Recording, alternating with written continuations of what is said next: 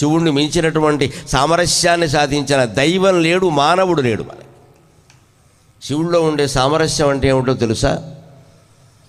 ఆయన వాహనాలు గమనించండి. ఆయన వాహనం ఎద్దు, అమ్మవారి వాహనం సింహం. ఈ సింహం కనుక ఒక్క దెబ్బ వేసేదలుచుకుంటే పొద్దున్న 2 ఇడ్లీ సాంబార్కి సరిపోతుంది ఎద్దు. కానీ ఇంతవరకు అమ్మవారి వాహనం శివుడు వాహనం జోలికి వెళ్ళలేదు. ఆ రెండు కలిసే ఉన్నాయి. ఇంకా విచిత్రమైన విషయం, ఒక రాజు పండితుల సభ జరుగుతూ ఉండగా ఓ ప్రశ్న వేసాడు. ఏమండి, దేవుళ్ళు కూడా విషం తాగుతారండి? ఎక్కడైనా మానవులు తాగారంటే అర్థం ఉంది.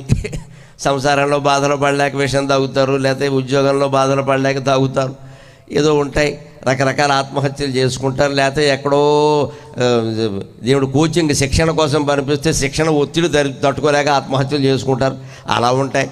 కానీ శివుడికి ఏం భయం అండి? శివుడు పరమశివుడు కదా, అమ్మవారు ఆయన భార్య కదా. రత్న గిరవేయ చింతాకలోల ముక్త ఫలాన్విత అరుణారుణ కౌసుంభ వస్త్ర భాస్వత్ కటీతటి కనకాంగద కేజూర కమనీయ భుజాన్విత అయినటువంటి అమ్మవారు భార్యగా ఉండి సాక్షాత్ అన్నపూర్ణాదేవి కదా, ఆయనకి ఏం కష్టం వచ్చిందని విషం తాగాడు అని అడిగాడు.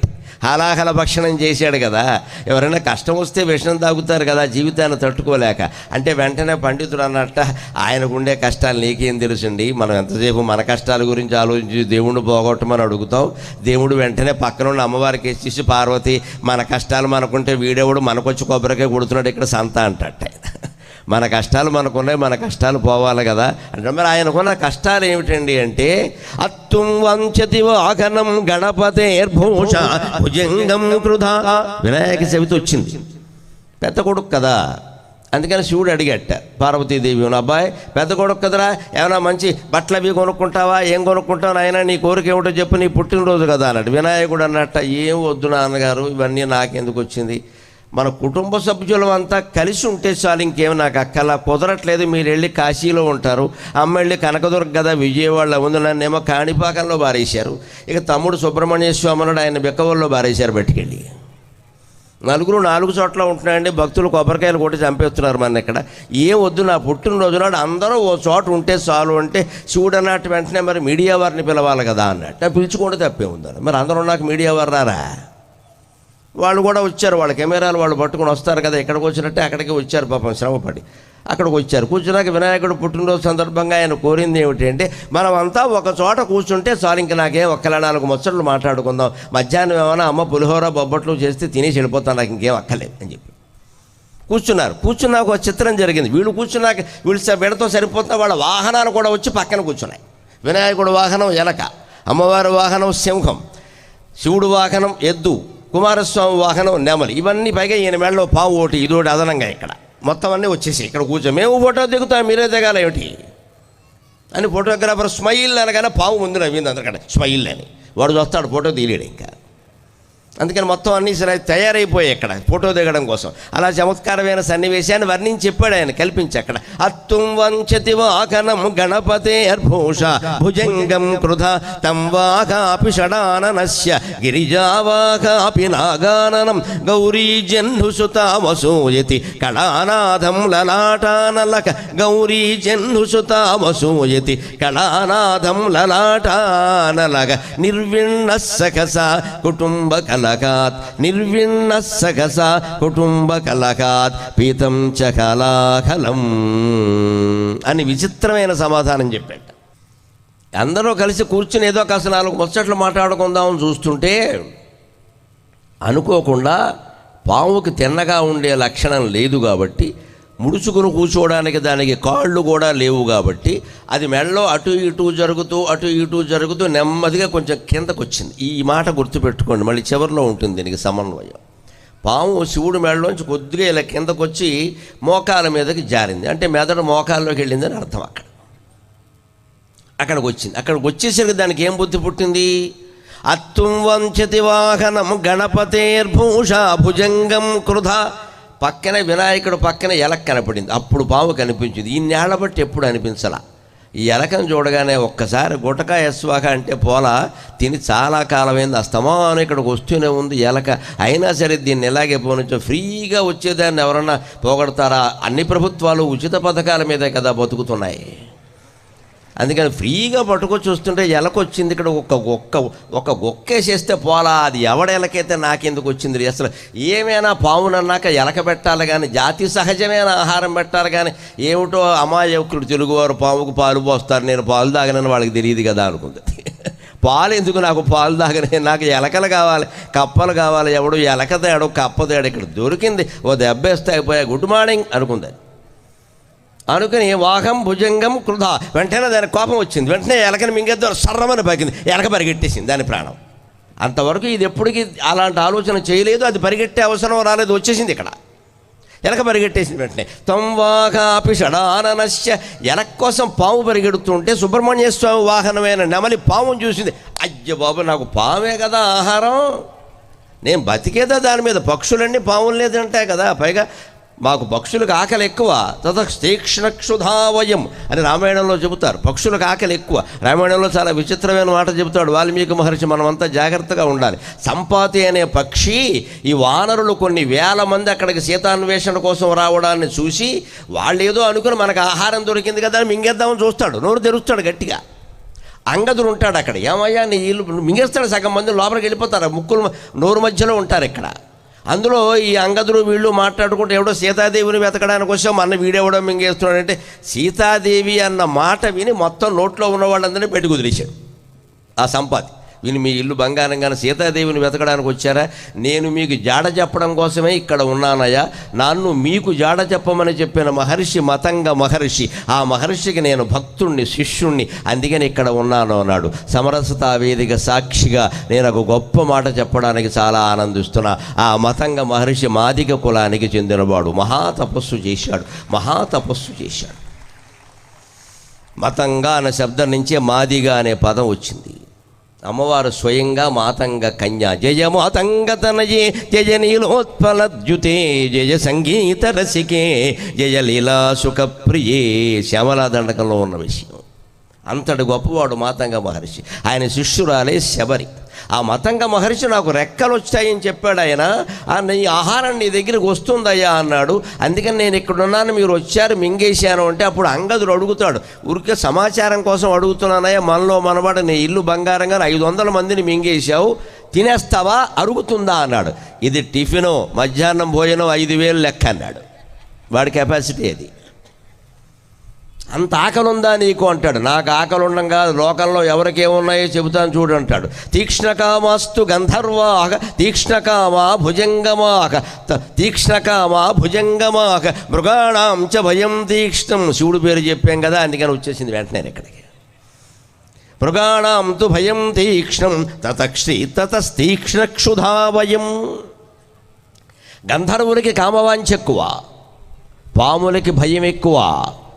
మృగాణాం తు భయం తీక్ష్ణం, మృగాలకి భయం ఎక్కువ, పాములకి కోపం ఎక్కువ, మాకు పక్షులకి ఆకలి ఎక్కువ అన్నాడు. ఆశ్చర్యం ఏమిటో తెలుసా, ఈ వాల్మీకి ఈ విషయాలని చెప్పాడు. పాములకేమో కోపం ఎక్కువ, పక్షులకేమో ఆకలి ఎక్కువ, మృగాలకేమో భయం ఎక్కువ, గంధర్వులకు కామవాంఛ ఎక్కువ. మనుషులకి ఏమిటి ఎక్కువ చెప్పలేదు. నాకు రామాయణం చదివితే అదే అనుమానం వచ్చింది. రామాయణం చదివేది మనుషులు కదా, పాములును ఒక పక్షులు చదవవు కదా. పాముల గురించి ఎందుకంటే చెప్పడం, మనుషులకి ఏమిటో చెప్పాలి. అదే ధ్వని, రామాయణంలో ధ్వని అంటారు. అంటే ఏమిటో తెలుసా, మనుషులకి ఈ 4 ఎక్కువే, అందుకే చెప్పలేదు. మనకు అన్నీ ఎక్కువే, అసలైన చోట ఉండవు, వేరే చోట ఉండవు. భయపడకూడని విషయానికి భయపడతాం మనం, భయపడవలసిన విషయానికి భయపడం మనం. ఉప్పుజూచి భయము, ఊరగాయ భయము, పుట్టుమత్స భయము, పూజ భయము, తీపి తినగ భయము, దిష్టి అన్న భయము, భయము లేనిదొకటే పాప భయము.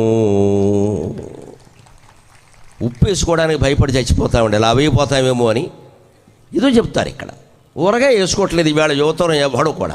శుభ్రంగా ఊరగాయ వేసుకుని తినండి, సంతానం కలకపోతే నాది పూచి. ఏం తింటారండి, తిండి మానేసాక సంతానం ఎలా కలుగుతారండి? సరైన తిండి లేదు, అన్నిటికీ భయాలే. ఇక పూజల్లో మనకున్న భయాలకి లెక్కలేదు. మా ఫోన్లో మోగేది దాని గురించే. అలా పెట్టచ్చండి, ఇలా పెట్టచ్చండి, ఇలా చేయించండి, అలా మొత్తం మీద చేయడం మానేశాడు. ఈ శంకలు ఎక్కువయ్యాయి. మంగళవారం చేయొచ్చే, శుక్రవారం చేయొచ్చే. అన్నం తినడానికి ఎవడు మంగళవారం తినొచ్చా, శుక్రవారం తినొచ్చా అంటలేదు, తినేస్తున్నారు 3 పూట్ల. పూజ అంటే భయం, పుట్టుమచ్చ అంటే భయం, శకునం అంటే భయం, అన్నీ భయమే. అసలు ఉండవలసిన భయం ఏమిటి? పాప భయం. ఒక మహాపాపం చేయడానికి భయపడాలి కదండి. మనం ఆలోచించకుండా ఎలా చూస్తున్నామండి. బలహీన వర్గాల స్థలాలు ఎలా ఆక్రమిస్తున్నాం, భూములు ఎలా ఆక్రమిస్తున్నాం, ఎలా దోచుకుంటున్నామండి సమాజంలో. మనం ఏమైనా భయపడుతున్నామా? అందరికాడికి నొక్కేయాలే అని వేదాంతం చెబుతాడు. ఇక్కడ అందరికాడికి నొక్కేస్తాట. అక్కడెక్కడ భయం లేదు. మళ్ళీ ఈ భయాలను పోగొట్టడానికి ఎక్కడ మునుగుదామా? గంగలో మునుగుదాం. ఎక్కడ మునిగినా కుదరదు, మొత్తం గోక్కుపోతుంది అనుమానం లేదు. ఇక్కడ ఈ భయపడవలసింది దీనికి కదా, ఉప్పుకి ఊరగాయకి కాదండి. అనవసరమైన వాటికి భయపడతాం. కోపం ఎక్కువే మనకి. ఎవరి దగ్గర అనవసరమైన చోట చిన్న విషయానికి ఇంట్లో రెచ్చిపోతాం. ఇక్కడ బయట ఎంత గొడవ జరిగినా, అవమానం జరిగినా సరే మనం మాట్లాడకూడదు బాగుండదు. అక్కడ వచ్చేస్తాడు లోపలికి. ఇక్కడ ఇంట్లో మాత్రం ఎగురుతాడు ఇంత పొడుగు. ఎక్కడ కోప్పడాలో అక్కడ ఉండదు, అనవసరమైన చోట. ఎక్కడ భయపడాలో అది ఉండదు, అది చెబుతాడు ఇక్కడ ఆయన. పక్షులకు ఆకలి ఎక్కువ, అందుకని వెంటనే నెమలు అనుకుందట. ఎలక కోసం పరిగెడుతోంది పావుని తినేద్దాం అనుకుందట. తతస్తీక్ష్ణక్షుధావయం. ఆ పాము పరిగెట్టడం, పాము కోసం నెమలు పరిగెట్టడం చూసింది కదా. తర్వాత తంవాహాపి గజాననస్య గిరిజావాహాపి నాగాననం.